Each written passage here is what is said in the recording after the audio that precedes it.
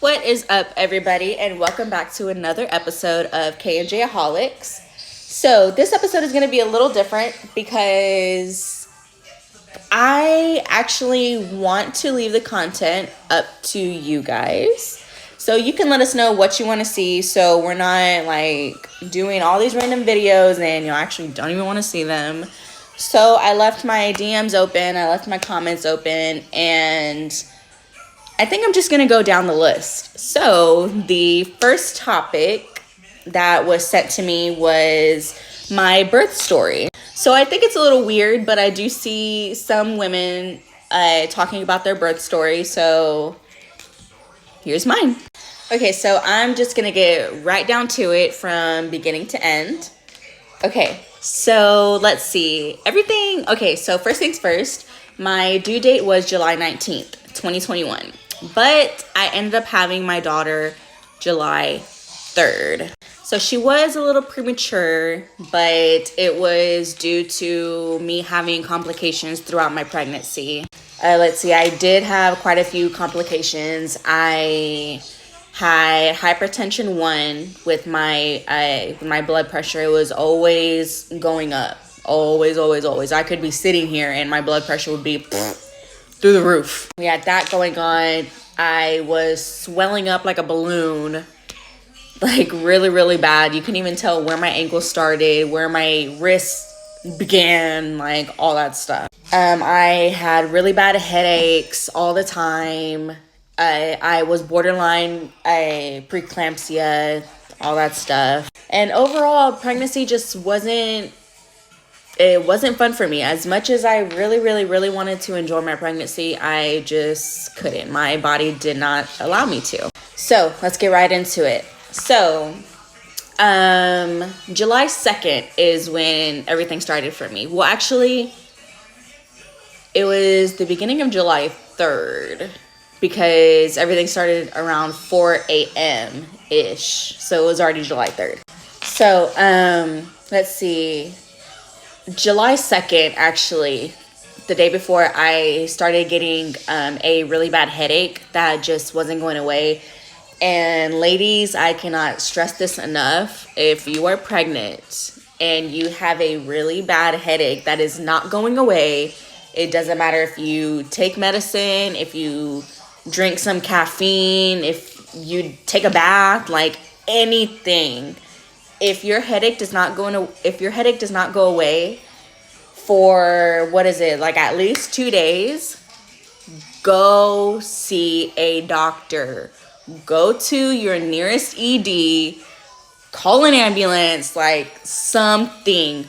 Go see a doctor. So for me, I was actually prescribed some headache medicine for my really bad headaches for my pregnancy, and it did help until, like I said, July 2nd. July 2nd, it just wasn't going away at all. I took my medicine, I drank my caffeine, I did aromatherapy, all that, and it just did not go away. I did end up calling my OB to let her know, hey, I have this ongoing headache, it's not going away, I took my medicine, all the yada yada yada.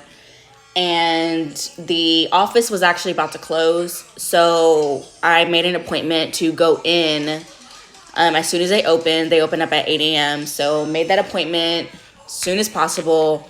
She just told me to try to get some rest. If I know that I feel like something is going to happen, or, just go with my instincts and just go to the ER. So later on throughout the day, I did feel my headache kind of ease up a little bit. It wasn't as intense. It wasn't, all over the place like how it was. So I actually thought it was calming down.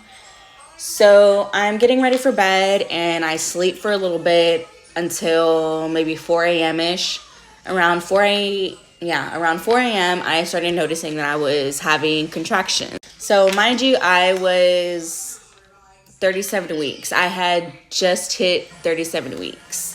So, and my doctor was actually pushing me to go to at least 37 weeks because my daughter tried to come early so many times. I basically lived in triage when I was pregnant. So anyways, I'm getting my contractions. I'm what did I do? I remember just going to the kitchen and just leaning over the counter and just praying, like, please don't let this be the time. Like, please don't do this. I'm not ready. Like, I don't want to feel all this pain. Like, I don't want to go through this pain. Just, please, just wait until 8 a.m. Just wait.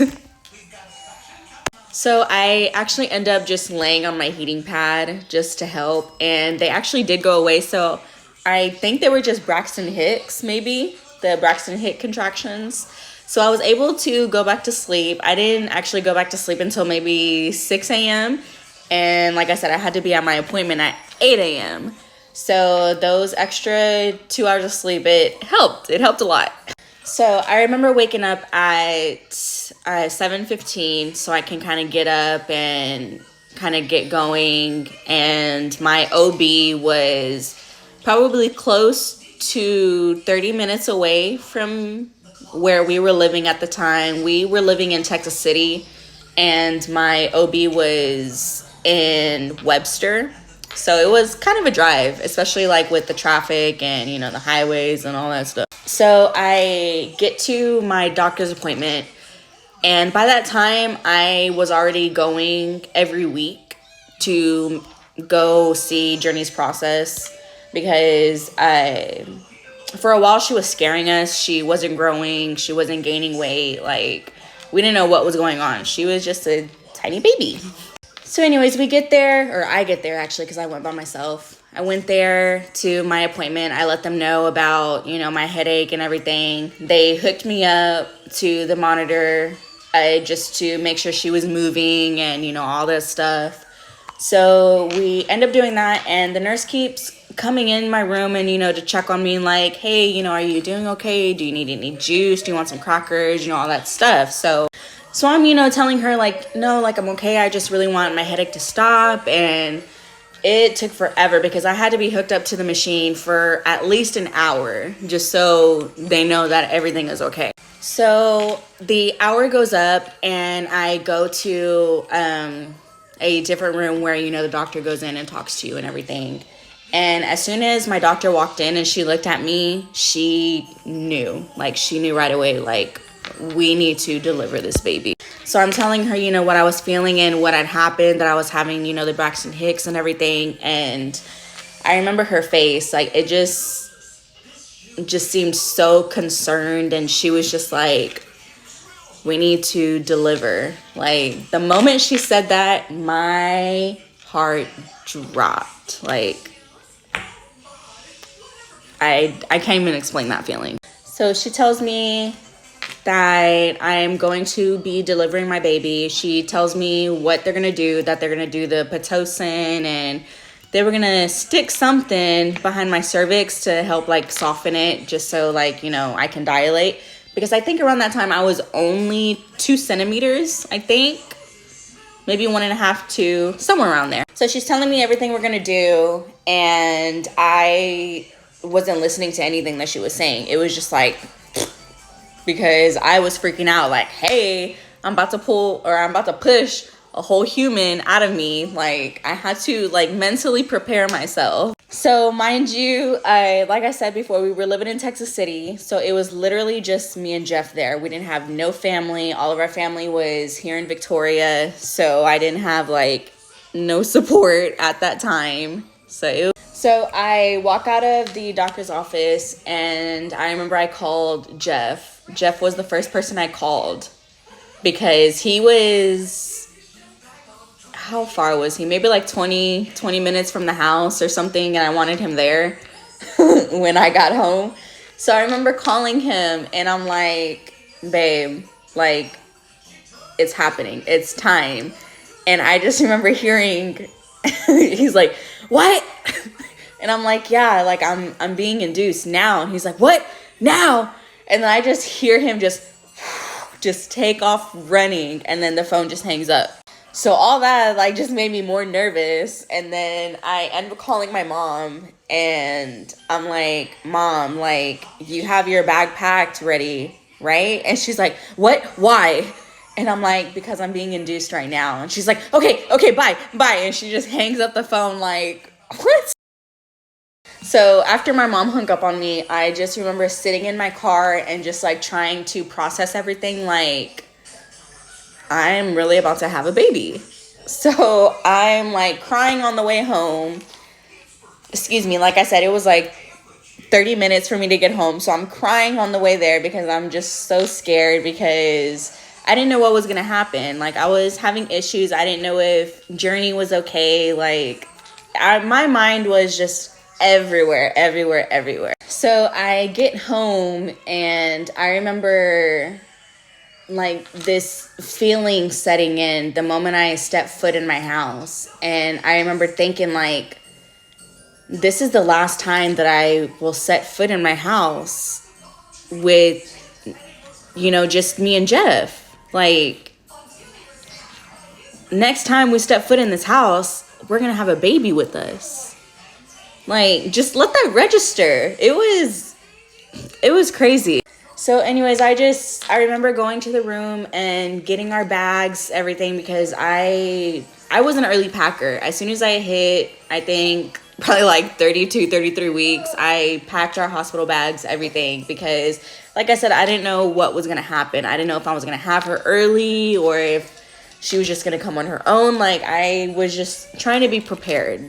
So we get everything in the car and we're just chilling because my doctor ends up calling me and she's like, hey, you don't have to come to the hospital right now because we actually don't have any rooms. So I actually had to wait, you know, for a room and all that stuff. So after I get off the phone with the doctor, I am just looking at myself in the mirror, just admiring my belly and just, you know, this is the last time I'm going to see my belly like this. And I just start crying because I'm nervous, I'm happy, like my emotions were just everywhere. So after, you know, me and Jeff have our moment together, I automatically just catch an attitude. Like, I don't even know what the hell is wrong with me. Well, I know what was wrong with me, but there was no reason for me to catch an attitude like I did. But I ended up catching an attitude because I was starving. Like, I was so hungry. I was at the doctor's appointment from 8 a.m. and I didn't leave until maybe 1. So I went all through all that time without eating anything. So I was freaking starving. So after I'm done crying, I'm like, I need some food. So I end up changing my clothes, straightening my hair, and then I'm like, you know what? I want some Burger King. So we hit up Burger King, and that I thought was going to be my last meal. So I went in, like, everything was large. Everything. We sat in the parking lot at Burger King, and I was just devouring everything. Because, like I said, I thought it was going to be my last meal. You know, when you go to the hospital and you're having a baby, they don't recommend you eat. So I was trying to eat because I didn't know how long I was going to be in labor. I didn't know if they were going to feed me or not. So your girl was eating. So we finally make it to the hospital, and they were getting a room ready for me. So we're sitting in the waiting room, and I remember there was a lady there. Her water had broke. She was, I think, like 41 weeks pregnant. Or no, how long do you go? 41, 42? I don't know. She was somewhere around there, and she was just pacing back and forth. Like, her contractions were going. So she made me nervous. She made me so nervous. But anyways, they took her to her room, whatever. I get to my room, and as soon as I change into my gown, that's when everything hits me, and I'm like, shit. I'm about to pop out a baby. A whole ass baby. So we get changed and everything, and by the time we get to our room, like, I'm settled in, changed and everything, it's probably around 4:15-ish, 4:15. And around 4:30 is when they were going to start the Pitocin and everything. So they were going to start labor for me. So what did I get? I got the Pitocin. I think that's what goes through your IV, I think. It goes through your IV, and then I got like some little pill that went behind my cervix to help like soften it and everything. So anyway, so 4:30 passed, I got all that stuff going, and I'm just chilling. And they were bringing me food. So I was like, hey, shit, I still get to eat. So I was eating everything that they brought me. But they did tell me that at midnight I had to stop eating. So I was trying to like eat everything I could because, like I said, I didn't know how long my labor was going to be. Because I did hear for first time moms, your labor is like super, super long. So, and I don't like to be hungry. So anyways, they're bringing me food from the cafeteria, and there was a Subway in the hospital, so I had Jeff like running downstairs going to get me a Subway. And midnight came, and my nurse came in to, check on me and everything.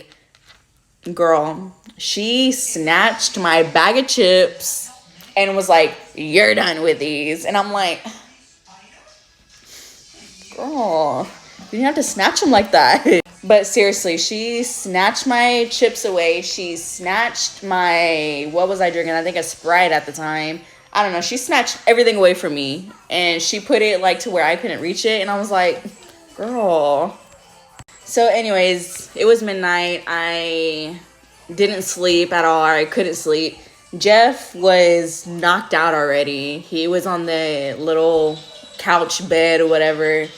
He was there sleeping, and I was just wide awake, just chilling, just waiting for something to happen, I guess. I don't know what the hell is wrong with me. So the nurse comes in and she tells me, like, hey, you really need to try to get some sleep because you're gonna need a lot of energy for you to push. So finally, I'm watching, I think I'm watching MTV. I'm flipping through the channels, and MTV was like the only thing that like caught my eye really. So I'm laying there trying to go to sleep, and I'm tossing and turning for at least like an hour. Finally, I get to go to sleep. And when you can feel yourself like getting into that deep sleep? Okay, well, that's what was happening to me. I was in the deep sleep, and then all of a sudden,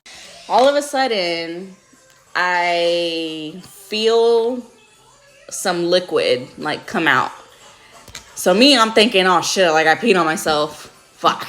So I get up and go to the bathroom, and I'm sitting on the toilet, and I'm like, trying to pee, and I'm like, well, what the hell? I don't have to pee. So I end up, getting a piece of toilet paper, and I'm wiping, and I just look because it felt kind of weird. So I look and I notice it's blood. So most of most people know it as a bloody show, I think. I don't know. But anyways, I wipe and I see, some blood. So that right there was like alarming to me because I'm like, what the hell? What's going on? Like, I don't know what's happening. So yeah, so I'm freaking out. Get the nurse to come in and check on me. And when I'm laying in bed and she, has me lay there so she can, check behind my cervix to see if I'm dilated or whatever. And the moment she checks, I just feel so bad because TMI, but don't care. There was just a gush that just everywhere on her scrubs. And I was like, so embarrassed, apologized so many times, told her that I would clean her up. Like, it was so embarrassing. So, and she's like, no, like, you're okay. Your water just broke. Like, it's okay. So, showtime. The moment she said showtime, I was like, girl, what are you talking about? Like, what do you mean? So she ends up leaving the room to just let me, do whatever, I guess, I don't know, get ready to be in active labor, or I was already in active labor apparently. And Jeff is still asleep, and I was trying to wake him up, and he did not want to wake up at all. I was screaming his name, like I felt like the whole hall could hear me, and he still did not wake up. So I end up taking the closest thing that was to me, which was my Carmex, and I threw it. And when I threw it at him, it hit his nose, and it ended up cutting his nose.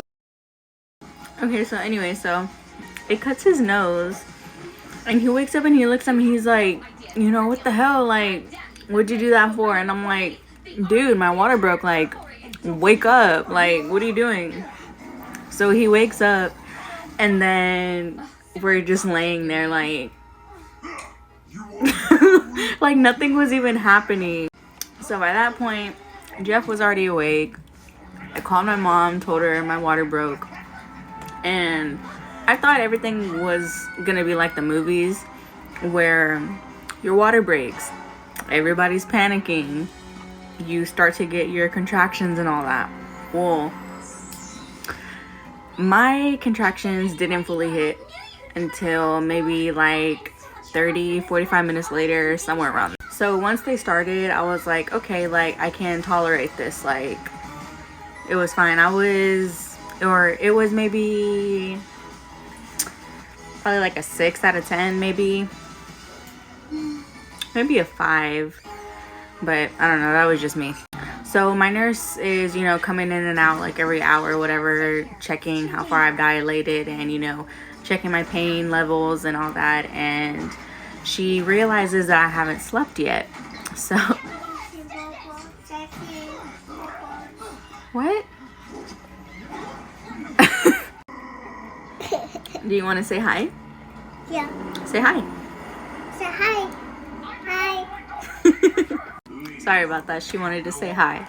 But anyways, where was I? Yeah, so my nurse realized that I hadn't slept yet. And so I had already told my nurse beforehand, like, hey, I don't want an epidural. Like, I want to try to go as natural as possible.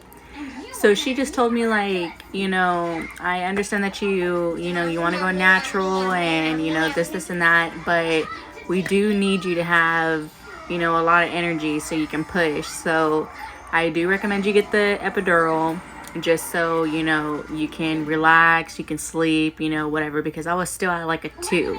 So I had a long way to go. So I start to think about it and I'm like, you know what? Okay, yes, like I'm going to go ahead and get the epidural.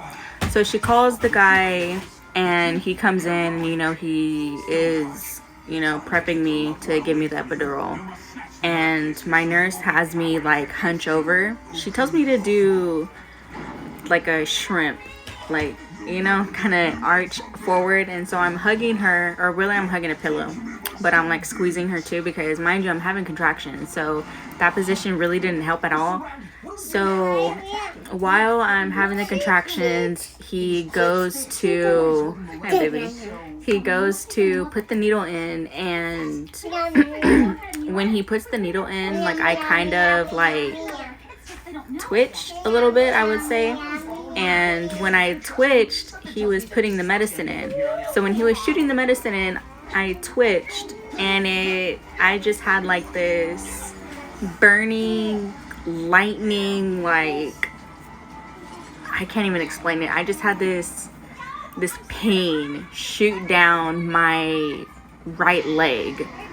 So I don't know what happened there.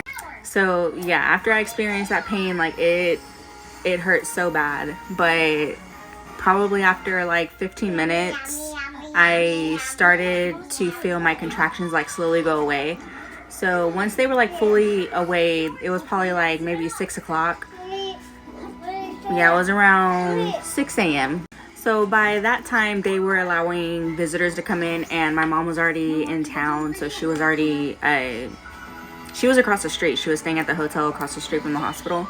So once 6 o'clock came, like she was right there. She was ready to go. So she came into the room. I told her I got an epidural so I can like relax and go to sleep because I hadn't been to sleep yet.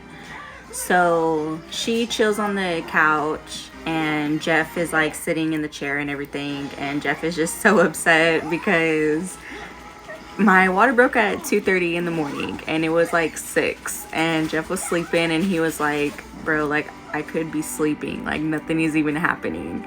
So I get why he was upset, but you know, I wanted him to go through everything with me, but there was nothing to be going through. So then my nurse is coming in to check on me, and then she realizes I'm not dilating. I was stuck at like a 3 for like what seems like forever. So she comes back in with like this peanut ball, and she's like putting it like, or she's putting me in like all these weird positions to like help me dilate faster and, you know, all that stuff. Y'all, when I tell y'all this next part, like it was so embarrassing. Like really embarrassing. I can't even believe I'm gonna tell y'all this, but it's part of my birth story, so here it goes. So when you get blah, blah, blah, run back, when you get an epidural, you're numb, like you're completely numb. Well, for me, I wasn't fully numb. I could still move my legs. Like I felt like if I got up and walked, like I was able to. So I was able to move my legs still, but the gas that was coming out of me, like it was so involuntary, y'all.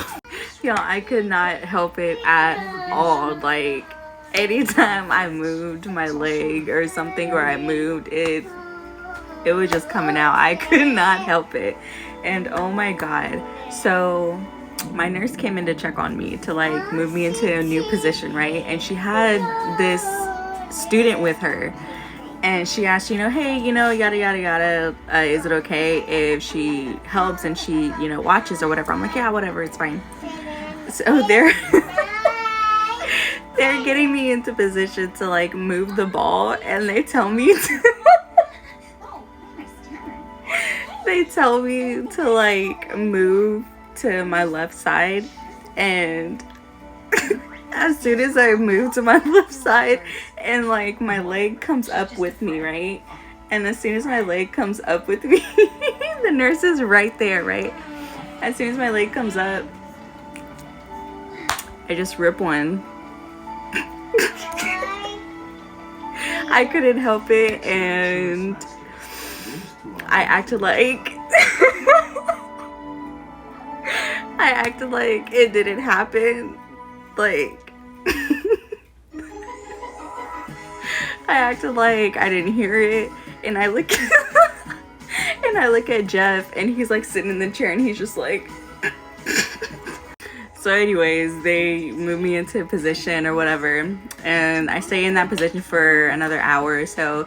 And mind you, between these hours, I'm like trying to get some shut-eye, but I couldn't because I was getting woken up every hour to change positions. But anyway, an hour goes by. The two nurses come back, and she's like, okay, I'm gonna check your cervix, like see if you dilated anything. So she checks me, and she's like, we got this, you're almost there. So I was, I think, a 9 maybe, and she's like, okay, like I'm gonna take the peanut ball, like the rest is all on you. So this was probably around 10 that she told me that. By 11, I started to get my contractions again. So by that time, my epidural had fully worn off. So around maybe 11:20ish is when I realized that my epidural was fully worn off. I could feel everything. I did feel the need to push. And so actually, when I think back about this, I was actually pushing when I was just laying there with my contractions, and I didn't realize that I was pushing until like I'm thinking back, and I'm like, you know what, I was pushing that entire time. So my nurse comes back in, and I tell her like, hey, I'm pushing my medicine every 10 minutes and my contractions are still here, like I still feel everything. And she's like, okay, well, do you want to get another epidural? And I was like, yes, like I can't, because by that point it hurt so bad. Like with my contractions, I couldn't even breathe when I was getting them. So I'm laying there trying to breathe through my contractions. My nurse is, paging the anesthesiologist to, come back to my floor and, give me another one. But he was actually already on my floor, but he was doing 3 other women before me, so I really had to wait. So she pages him, and I have to wait. And like I said before, I was pushing without even knowing. So I tell my nurse, like, hey, I've been having gas, and now like I'm trying to push out a fart and it's stuck. And she's like, what are you talking about? And I tell her, I'm like, I feel like I have to fart, but I'm pushing and it's not coming out.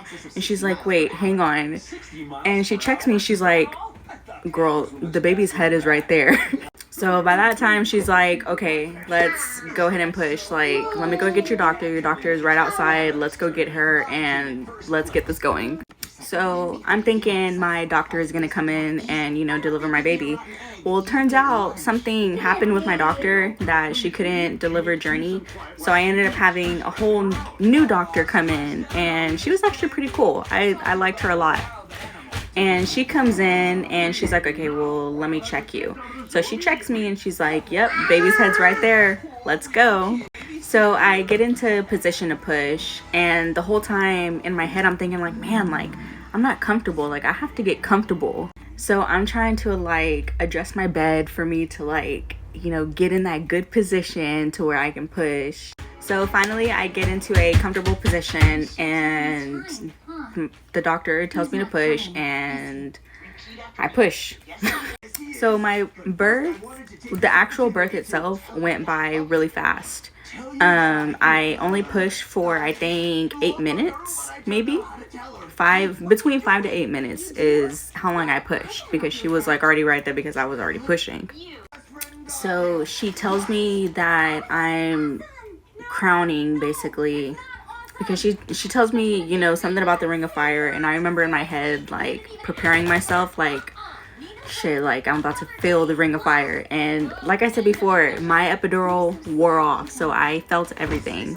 So I'm thinking, you know, this is gonna burn, like this is about to suck, like. So this whole time, like, I'm trying to prepare for it, and the doctor just goes, oh, she has hair. And I'm like, I look up, I'm like, what? She has hair? And my mom and Jeff are like, yes, like she has a lot of hair. And Jeff said that the doctor was like twirling her hair. I'm like, weird. But she did ask if I wanted to touch it, so I did touch her hair, and I didn't feel hair, all I felt was slime. So after that happened, I push a couple more times, and I just feel this like pop, and it was her head popping through. So I had passed her head already, and then you know, they suctioned her mouth and everything. And by that time they were telling me to stop pushing because I guess they wanted to like clean her face or whatever, but I told them I couldn't. Like, she was coming, so I had to keep pushing. So as I'm pushing, I feel like this pain like on the inside of my stomach, and it was actually Journey's fist. Like, she was literally like this coming at me. So imagine she's sliding out with her fist like that. So they had to like turn her around and, you know, get her in the right position. So once they got her in the right position, she just kind of just came on her own. And I remember when I did my last push, there was like a gush of water that came out, and I remember hearing Jeff, and he was just like, oh my god. And the moment he said that, like a second later, is when I heard her first cry. And when I tell you the emotions that came over me when I heard her first cry, it was amazing, honestly. She came out crying. They put her right on top of me. They put her right on my chest, and I just remember feeling so in love and just this sense of protection all of a sudden. So as she was laying on me, we admired her for a little bit before they had to take her and like really clean her and like, you know, make sure she was okay. So by the time they took her, I was already sitting up. I had brushed my hair. I put my hair up. And I remember the doctors looking at me like, she's weird. Like, she just had a baby and she's just like up like nothing, like ready to get up and walk around. Which, I mean, I was, because I mean, I was in pain. And then it was like, once I had her, it was like I gave birth to the pain as well. Like, it all just came out of me when she came. So So yeah, they did her measurements and they weighed her, and she ended up being the exact same size that I was when I was born. Actually, no, I was an inch taller.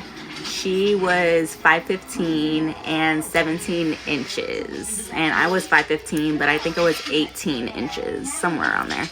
So she was a little tiny baby, and I wish I can have her tiny like that again, just one more time. But I can tell you now, I am so glad I don't have to change diapers anymore. But yeah, so it was an amazing experience. Everything overall, from the nurses who came and took care of me, from the actual like experience itself and becoming a mother. It's one thing I will never ever forget.